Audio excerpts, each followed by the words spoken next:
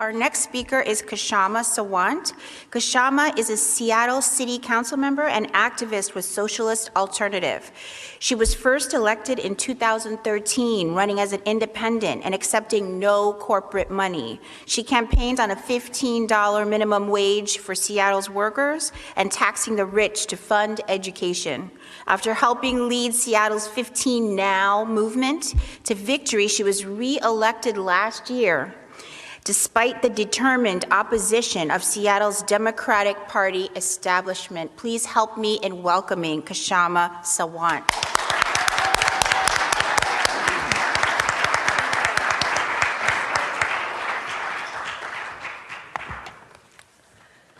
Thank you, sisters and brothers, for giving me this opportunity. The first thing I was going to say was something that Mohsen has already said, that UC Santa Barbara, your campus, was the site of the largest Million Student March demonstration on November 12th. And,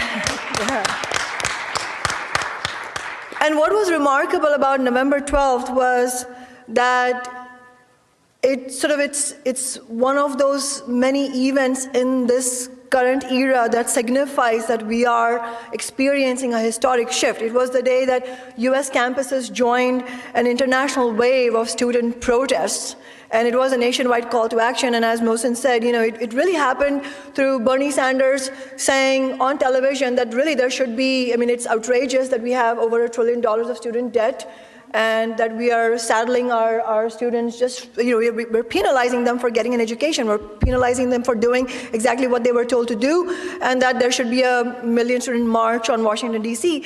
And incidentally, it was Socialist Alternative, my organization, that just the younger members of the organization, the student members who initiated that call, and it's a sign of the times that it was taken up in such a big way. Nationwide, 10,000 students on more than 100 student campuses, college campuses, marched out. Many of them walked out of classes, and as Mohsen said, the demands were $15 an hour for all workers on campuses, tuition-free public college, and cancellation of student debt. There was another thing remarkable about November 12th, and that was that parts of the labor movement, especially the National Nurses Union, joined these protest marches on campuses. They had presence on all of the actions because they wanted to make a very important point that has been lost in the decades that activism has been decimated in the United States and worldwide, which is that the labor movement and student movements, labor movement and campus movements need to join hands together. And every historic era of successful movements that we've seen, not just in the US but globally, has had campus movements beginning to play a catalytic role in triggering movements, but then going on to play a leadership role as young workers along with the labor movement. And that's been a very key lesson of what's happened in the past. But there are other signs of what's changing in our society, and I think that is a very important message for us to take in if we are going to talk about what alternative system we should be fighting for. And that is that there is a massive anger and turmoil in US society, and a mass number of people are looking for some way to fight against the corporate domination of our society. A very recent survey, just I think a few weeks ago, found that today's generation of college freshmen are more likely to participate in protest movements than the freshmen were in the 60s and 70s. And when the survey looked only at black students, they were even more, in greater percentages, likely to participate in protests when they went to their college campuses than students as a whole. Last year, there was a wave of campus demonstrations. In fall of 2015, students at more than 120 schools across the nation held anti-racism demonstrations. They had walkouts, sit-ins, marches, and rallies. And the most recent indication of what's happening is The communication workers of America, Verizon workers all across the East Coast, 40,000 workers are now on strike, and they're of course on strike for a fair contract. They're on strike because their pensions, their living standards, their workplace security, all of the things that they had fought for bitterly in the past era that Emily referred to, when the New Deal and all happened, that was when the labor movement had its heyday. All of that is under threat, and that has a lot to do with what kind of system we should be fighting for the future. But they're also fighting for public access to broadband and telecommunications technology. Their strike is important if we as a society want to fight against broadband redlining. That is going to happen otherwise. And so we see so many indications of what is, I think this is the most important thing we have to not miss. We would have done ourselves and future generations a major injustice if we didn't recognize that there is a historic shift in consciousness right now. And for those of us who may have been in activism for years and may have experienced very difficult years, there were very difficult years to build mass movements, we have to shake off the cobwebs from the past, because there's a whole new generation on the horizon now that wants to fight back.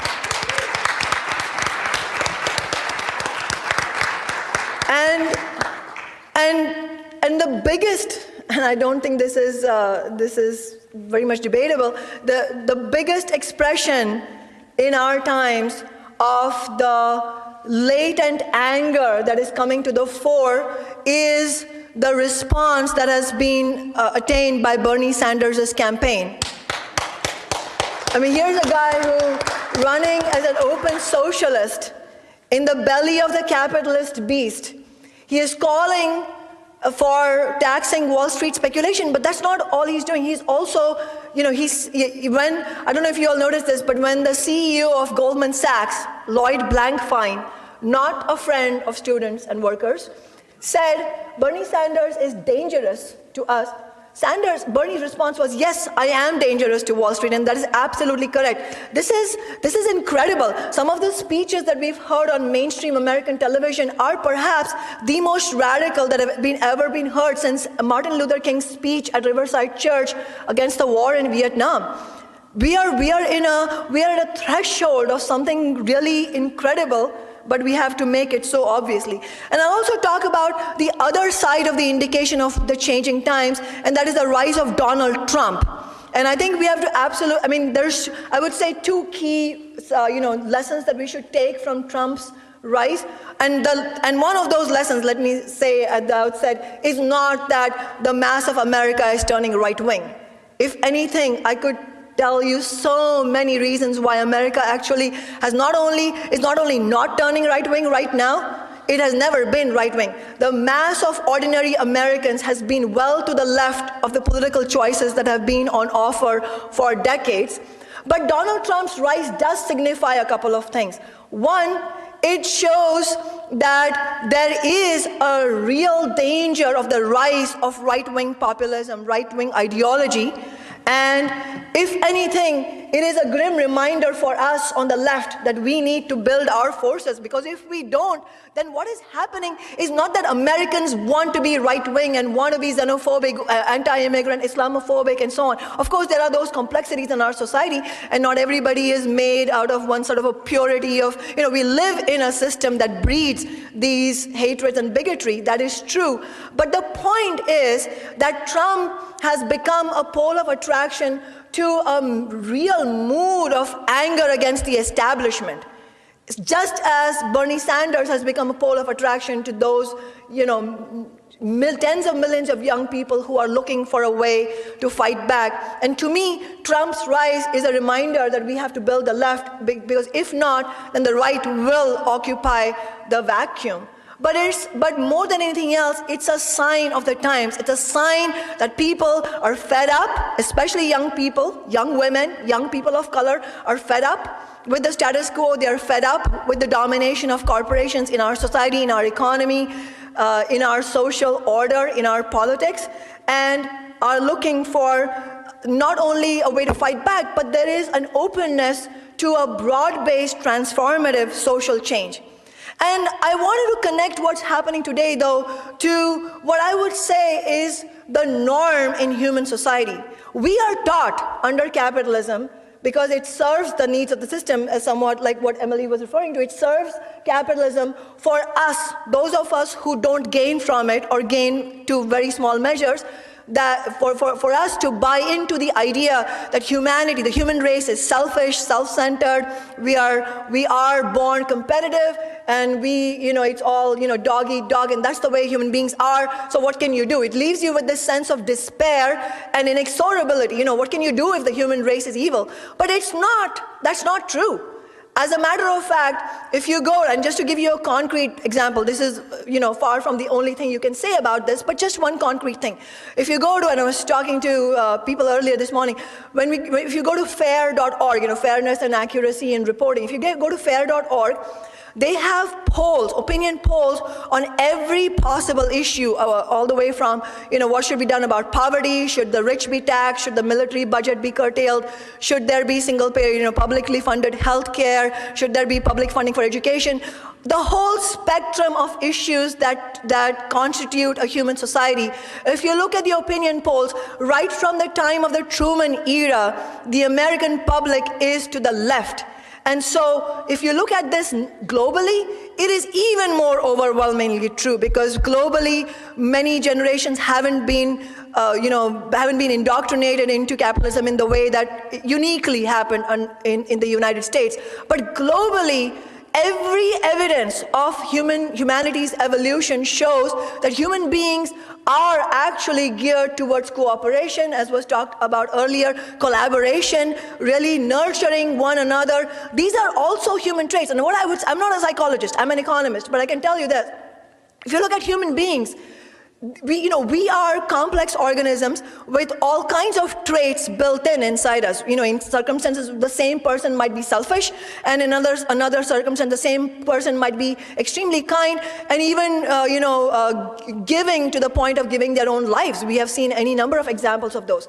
The question is, do we have a system that enhances and encourages the traits of cooperation and collaboration, or does it force people into fighting for scraps while a sliver of human beings at the top take away the lion's share of the production of wealth in society? And so if you look at it that way, you will see that the problem is not humanity or what's in the DNA of human beings. The problem is the system that we live in and the conditions that it forces us to live in. And so if you want to discuss what is capitalism is the system, dominant system we have globally. If you look at that, and if you want to understand what follows capitalism, or can capitalism be reformed or regulated, what comes after it, and so on. I just wanted to take a concrete example like climate change to talk about, one, the nature of capitalism itself, and then what I think as a socialist, why socialism is the system, the global system that we need to fight towards. And so if you look at climate change, at this moment in time, in 2016, what are the obstacles to really fighting climate change, meaning concretely going away from a use of fossil fuels into clean, renewable, energy-based economic progress? What are the obstacles? The obstacle is not that a mass of humanity does not know what climate change is all about. At this moment, we don't face that barrier. If we were having this discussion 30 years ago, we would be having a different kind of discussion, but not today. Today, virtually, there is a consensus both in the scientific community and in the community at large that this is an urgent crisis, and the planet faces real peril. I mean, the peril of incineration if we don't do something about it. That is not a barrier. Is there a barrier in terms of technology to move towards renewable energy? I'm sure a lot of research needs to be done still and can be done. We are perfectly capable. We have the creativity and the ingenuity to do it. But at this moment, there are more than enough tried out ideas that offer us concrete alternatives to fossil fuel-based economies. So what is the obstacle? The obstacle, and this is where I think the heart of the discussion, in my view, should lie, is political. The obstacle is that 90 companies, just 90 companies, and when I say companies, I don't mean the workers who work in that corporation, I mean the oil executives. 90 companies are responsible for 2/3 of the carbon emissions since the dawning of the industrial age. And now another question I wanted to ask you all is there an obstacle that the oil executives, the big oil lobbyists, and the multi-billionaires don't have the brains to understand what's happening in climate change? Of course not. And let us never make the mistake of thinking that they're stupid. They're far from it. They understand what's happening with climate change. So what is the obstacle? Why won't they go on towards a policy of leaving every new drop in the ground and going towards renewable energy? Why has it happened that despite massive demonstrations in Copenhagen and Paris and even before that, every climate talk season ends in complete failure?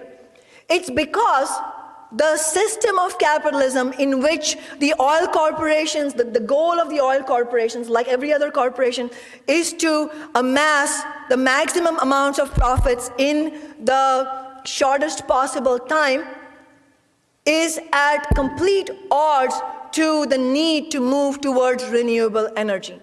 And so until and unless we confront the question of the incredible resources and wealth that are in the hands of a tiny sliver of people. The oil lobby is just one example. We're talking about multi-billionaires who own this much, and we all, the rest of the 7 billion of people, we own this much. We're talking about those multi-billionaires, the real capitalist class. We're not talking about people who make six-figure salaries at Google or Microsoft. There's a difference between working people and those who own the lion's share of resources in our society. We cannot even begin to have a real solution, a real alternative to climate change, unless we talk about how we are going to take into democratic public ownership the resources that are in the hands of the major corporations of the world.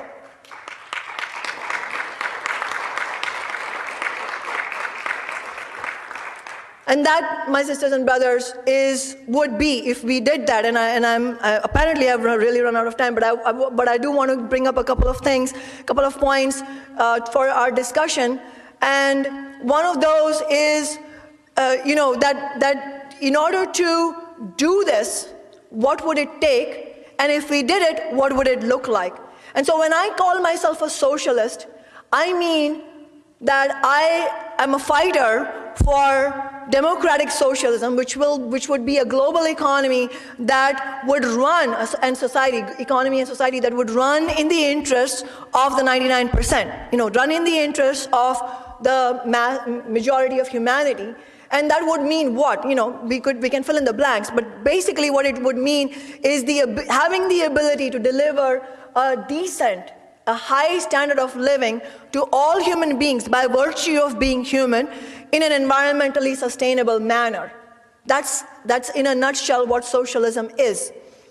But the reason I'm a socialist and an activist is not simply because I subscribe to that idea. It's one thing to subscribe to that idea and quite another to actually achieve it. And this is where I feel that unless we talk about political struggle, we will not be any closer 10 years from now than we are today to achieving that vision. I mean, it's absolutely essential to have a vision of society that is able to function in a non-insane manner, unlike right now, where not every action is geared towards maximizing profits for a small group of people, but instead for the good of humanity. And all the examples that the previous talk had about cooperatives and other forms, the solidarity economy, those are all, I find them extremely encouraging because they are live examples that we don't need an exploited worker, an exploiting boss model to carry out productivity in our society.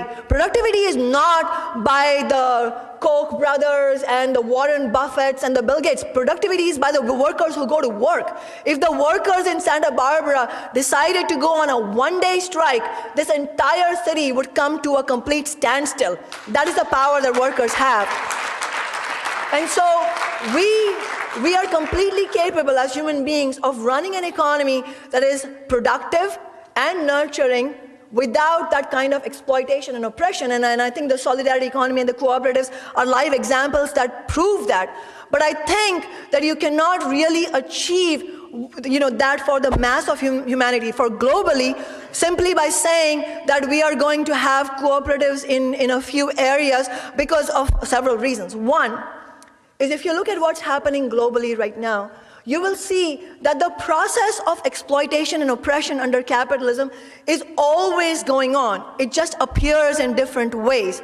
Just because capitalism is in crisis right now, which it is, just because the political system is in crisis right now, which it is, it doesn't mean that the juggernaut of oppression and exploitation ever stops. Just to give you one very concrete example, the indigenous peoples who have lived for tens of thousands of years on the eastern coast of India, my home country, have lived such an economy for thousands of years, tens of thousands of years, where they have had their own independent economy without becoming part of the modern capitalist economy. They were extremely, by all accounts, happy and self-satisfied, and they didn't have the need or the desire to become part of the mainstream.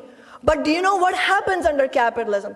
Under capitalism, as long as the reason you cannot have a kind of utopia under capitalism is because as long as capitalism is in existence, it means that the power and the wealth to decide what happens to the fates of people is in the hands of the capitalist class, the bosses, the billionaires. So what has happened to these indigenous people?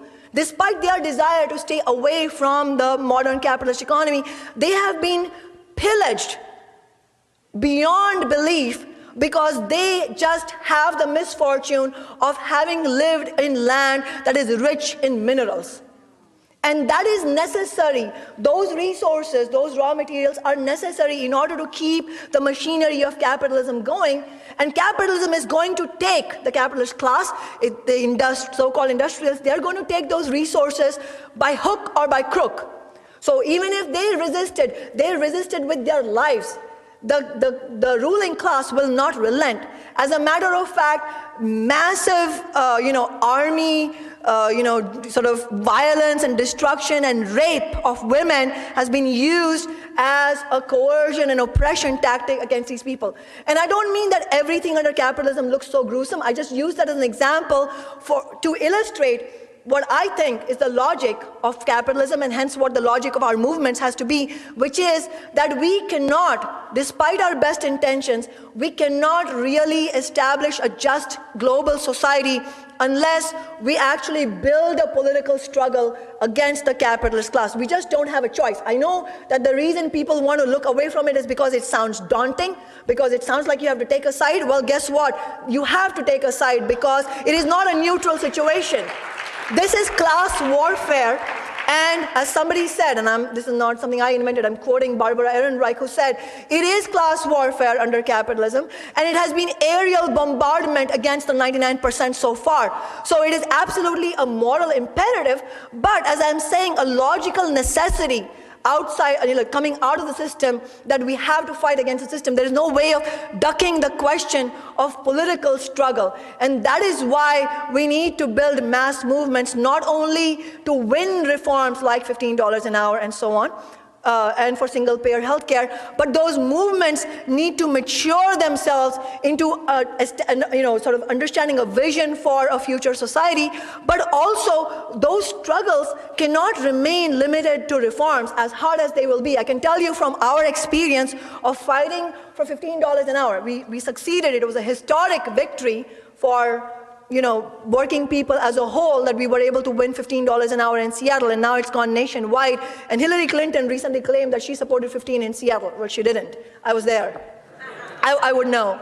But my point is, and I'm not being facetious, my point is that fighting for $15 an hour in Seattle, in one city, demonstrated to people that it was going to be an almighty battle against big business in order to win even these minimum of concessions from capitalists under capitalism.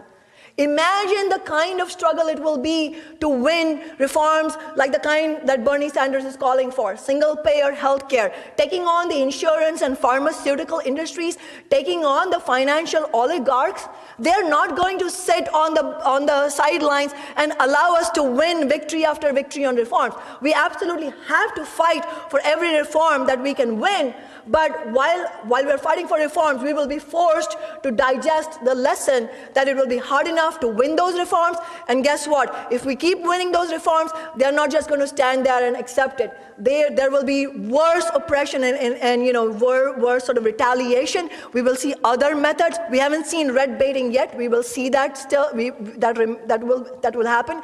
You can take it from me. So what do we need to do? We need to build towards a vision, in my view, of socialism, that is an economy that would work for the global humanity, and that simply means harnessing the resources and technology that are available under capitalism in order to deliver decent standards of living for everyone. That means what? It means that you cannot have an economy that both allows billionaires to remain multi-billionaires and solve the problems of hunger and poverty. Those two things cannot happen at the same time. You have to pick one. And what happens under capitalism is that the more the wealth flows at the top, the less there is at the bottom. And for anybody who says that capitalism is not a zero-sum game, don't ever believe them. It is very much a zero-sum game. So we have to move away from that to a genuine democratic socialist economy. But the only way to do that is to actually build an international political struggle. There is absolutely no way of avoiding that question of struggle, and young people will always be at the center of that struggle. So I hope that you will all get involved. Thank you.